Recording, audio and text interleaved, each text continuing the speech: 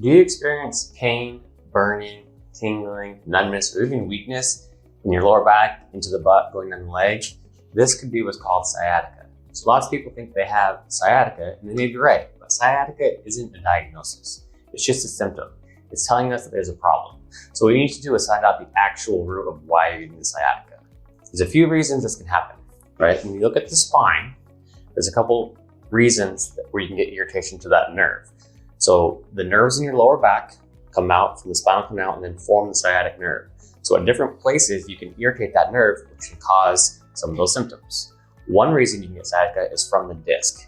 If the disc is compressed, it can irritate that nerve. If there's any bulges or herniations, it can cause that burning, tingling, numbness, shooting pain.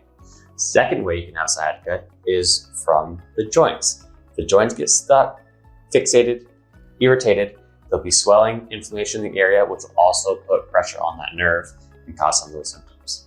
Third way you can get sciatic symptoms is from the muscles. So if the areas around where that sciatic nerve come, particularly the piriformis and something called piriformis syndrome, if that gets tight and spastic, and even in 15% of people, the sciatic nerve itself goes through the piriformis muscle. So if that muscle gets tense and spasmed, it can irritate that nerve, causing those symptoms. The fourth way you can get sciatic issues is just from overall degeneration and inflammation. When you look at the spine, particularly you'll see on x-ray, if there is decreased spacing, lots of bone spurring, that can cause issues to those nerves as well and cause some of those issues. So that's why it's important to find out where the actual problem is coming from.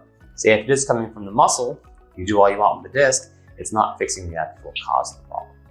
There are a few ways that we can figure out exactly where that problem is coming from